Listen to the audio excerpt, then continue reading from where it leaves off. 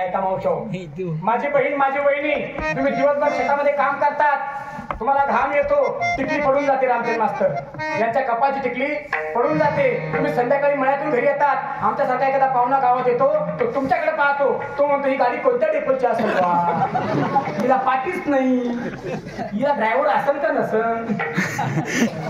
ऐका, कशामुळं?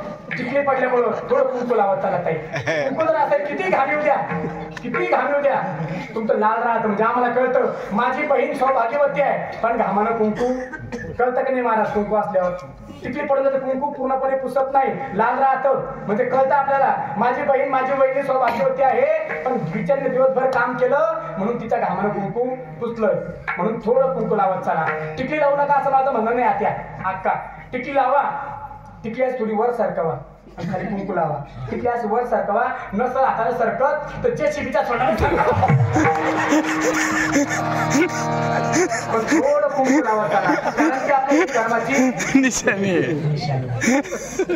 म्हणून महाराज तुळशी माळ करा, गोपीचंदन करा, हृदयी कळवा, वैष्णवाचा महाराज. पण पायानं काय करा ते तर सांगा, पायानं काय करा ती